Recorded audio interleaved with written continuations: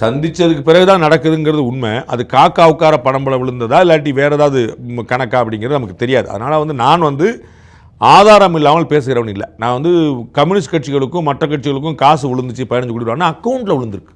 அப்போ நம்ம பகிரங்கமாக சொல்கிறோம், ஆமாம் காசு வாங்கியிருக்காங்க, தேர்தல் நேரத்தில் வாங்கியிருக்காங்க, தேர்தலுக்காக வாங்கியிருக்காங்க, சீட்டும் வாங்கியிருக்காங்க, நோட்டும் வாங்கியிருக்காங்கன்னு சொல்ல முடியும். ஏன்னா தெர் இஸ் எ ப்ரூஃப். அவர்களே சொல்கிறார் நாங்கள் மட்டுமா வாங்கினோம் அப்படின்றாங்க. அப்போ அவ்வளோதான் நம்ம முடிஞ்சு வச்சு.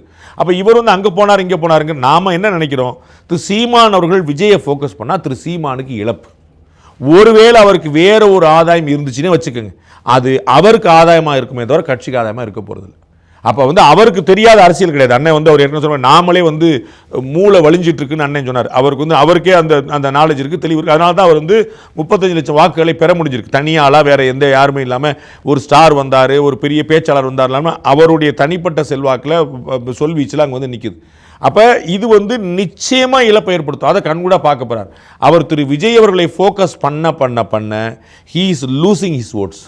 அதை நான் கண்கூட பார்க்குறேன். அப்போ அவருக்கு இப்போ இன்னைக்கு 8% ஓட்டு இருக்குது, சட்டமன்ற தேர்தலுக்கு பிறகு 10% ஓட்டாக மாறுதுன்னு எல்லாருடைய கவனம் திரும்ப என்னப்பா ஒரு ஆள் தனியாக அசைக்க முடியாமல் வளர்ந்துக்கிட்டே இருக்காருன்னு பார்ப்பாங்க. ஒரு இடத்துல தளர்ந்துட்டாருன்னு இதோட முடிஞ்சோன்னு ஒரு 10 பேர் கிளம்புவாங்க.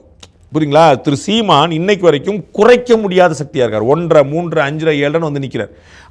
கிராஃப் ஏறிக்கிட்டே இருக்குது. இந்த 7.5ங்கிறது 9 மாறி இருந்துச்சு அப்படின்னா எல்லாரும் சந்தோஷப்படுவாங்க, எல்லாரும் கவனிப்பாங்க, அவருக்கான வேல்யூ கூடும், ஷீட் ஷேரிங் கூடும், கூட்டணிக்கான விஷயங்கள் நடக்கும். அந்த 7.5ங்கிறது திரும்பி 5 மாறிச்சு, 6 மாறிச்சுன்னா சீமானுக்கு சரிவு அப்படின்னு நிற்கும். அது அவருக்கு நல்லதில்லை, அது வரக்கூடாதுன்னு நான் நினைக்கிறேன்.